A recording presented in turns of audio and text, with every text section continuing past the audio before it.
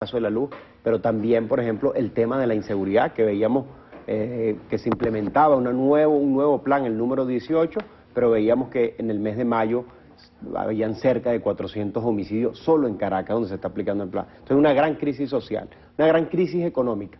Lo destaco por lo que tú acabas de mencionar, con una inflación de la más alta del continente, escasez, y les digo algo, quienes estamos en Caracas, todavía, entre comillas, hay cierto privilegio porque logramos encontrar algunas cosas, pero en el interior del país, esta crisis que yo estoy mencionando de luz y el caso de la escasez es tremenda, de que no se consiguen los productos básicos. Y la otra es la crisis política, que tú también la mencionabas, que viene a raíz del 14 de abril, donde, bueno, nosotros estamos reclamando la legitimidad de este gobierno por los resultados que todos conocemos ocurrieron el 14 de abril. Y yo le agrego a esto una guinda, a todo este tormento y esta crisis o tormenta perfecta a la cual está enfrentando el gobierno, que es una descomposición ética moral. ¿En qué sentido una descomposición ética? ¿O cómo lo puede cuantificar una persona en su casa? Porque es un valor intangible. Por eso lo digo, y es tan importante para la conducción de un país, y solo voy a colocar un ejemplo, que es el audio de Mario Silva, que se sacó a la luz pública hace poco.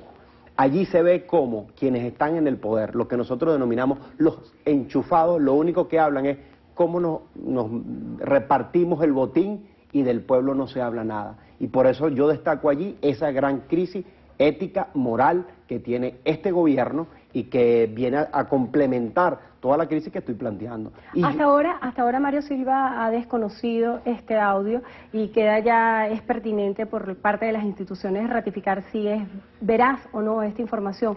Pero ¿cuál pudiera ser el impacto ético y el impacto moral cuando se trata de una conversación grabada y donde no hay pruebas? ¿Desde qué perspectiva pudiera hacer esto daño al gobierno? Mira, yo creo que quienes escuchan la grabación y sobre todo la base oficialista sabe que lo que está allí es verdad, sabe que lo que se está diciendo es verdad y que esa división que venía estando en función privada, ahora es que es pública, ya todo el mundo la conoce, está en el oficialismo. Y eso es a raíz de la descomposición política que se viene produciendo del 14 de abril, con la tremenda derrota política que tuvieron. Y esa es consecuencia de esa división. Y cuando vemos cosas como la que están ocurriendo de corrupción, porque ellos mismos lo han dicho, con el manejo del control de cambio y cómo eso daña la economía nacional, eso está allí. Cuando vemos las divisiones entre grupos, que ellos los destacan, fulano con fulano, Diosdado no se habla con aquel quiere controlar el otro, las bases oficialistas lo saben, y lo sabían desde antes. ¿Qué le decían al presidente Chávez? Presidente, usted no es el problema, son los que lo rodean. No lo decía la base oficialista, esto es lo que viene a corroborar lo que nosotros hemos venido diciendo en 14 años y ahora está allí, y se va a seguir viendo. Y la base oficialista, por eso, el 14 de abril, al menos 1 millón de personas que votaron por el presidente, dijeron ahora nos vamos con Enrique Capriles. Y esa es la realidad. Bueno, esa descomposición va a seguir, porque aquí estoy convencido que la mayoría de los venezolanos aspiran a una Venezuela de la ética, de los valores, de la moral, y ese gobierno hoy que tenemos no lo representa. A propósito de la ética y de la moral, viene un proceso de impugnación a un dirigente de Voluntad Popular, Leopoldo López, que se debería presentar este jueves ante la Fiscalía. ¿Qué balance le pueden dar a ustedes o cuál es la lectura de este proceso, de esta nueva impugnación? Mira, nosotros hemos dicho que esto es un esquema de persecución política. Después del 14 de abril el gobierno tenía una agenda clara, dada la ausencia de legitimidad y de liderazgo, dice, bueno, no tengo otra cosa sino que tratar de callar a quien piense distinto. Y si usted es opositor, bueno, entonces usted tiene que ir preso. Y aquí en Venezuela no puede establecerse ese criterio de que quien sea opositor o quien piense distinto tenga que ir preso. Y ese es un caso de lo que ha pasado con muchos opositores, porque ha habido una persecución con varios opositores, y en particular en el caso de Leopoldo López y con nuestra organización, yo debo decirlo, Voluntad Popular. ¿Por qué piensa usted que se trataría de una persecución política hacia su organización? Si el tema con Leopoldo López, según anunciaba la fiscal, se refiere a una desviación de recursos durante la gestión de Leopoldo López como alcalde. ¿Qué tiene que ver esto con la organización política? Sí, fíjate que, bueno, recientemente estuvo preso Antonio Rivero, dirigente nacional de nuestra organización política. Lo metieron preso. A nivel nacional tenemos varios dirigentes que han sido denunciados en la fiscalía y a quienes se les ha abierto juicio, a algunos de ellos. Y tenemos el caso de Leopoldo, que en menos de 3 meses, yo creo que esto es récord mundial.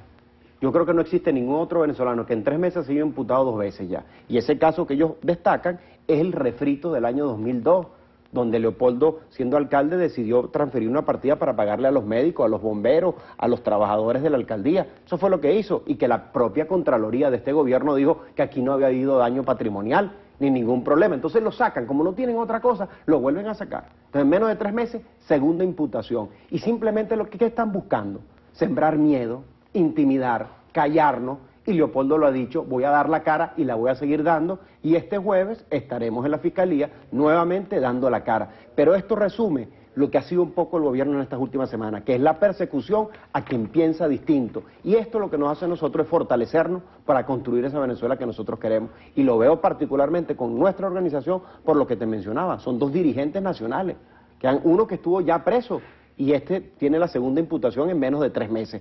Y uno dice, bueno, la fiscal, en lugar de estar investigando casos de corrupción de Cadivi, en lugar de estar investigando claramente estas denuncias que están en ese audio, en lugar de estar acabando con la impunidad para acabar con los homicidios, ¿qué está haciendo? Sus actuaciones, ¿qué son? Perseguir. ¿A quién? A los opositores. Leopoldo López, Antonio Rivero, el caso de Richard Mardo, ahí está. Entonces se le ve la costura clarita a la fiscal, está allí como un instrumento del gobierno para callar a quien piensa distinto. Y yo creo que aquí nosotros, quien piensa distinto, no puede ir preso simplemente por ser opositor. ¿Cuáles son los argumentos de la defensa que ustedes van a llevar preparados este jueves? Mira, uno, lo que te comentaba, ¿no? Ese ya juicio es del 2002, la propia Contraloría dijo que ahí no había habido ningún tipo de daño patrimonial, y particularmente la mayor fortaleza. Esa transferencia de partidas fue autorizada por el Consejo Municipal con 6 concejales de 7, y fue para ser utilizado para pagarle a los médicos, a los trabajadores, a los educadores de la alcaldía. Así que eso está muy claro en el propio expediente que ellos tienen. Esto lo sacan nuevamente para tratar de callar el escándalo que hay de descomposición, de corrupción, de delitos denunciados en el audio de Mario Silva. Es allí donde está el foco, no en otro lado. Entonces yo creo que la fiscal está siendo nuevamente utilizada para callar a quien piensa distinto. O sea, que es una forma, según usted, de desviar la atención de un problema moral.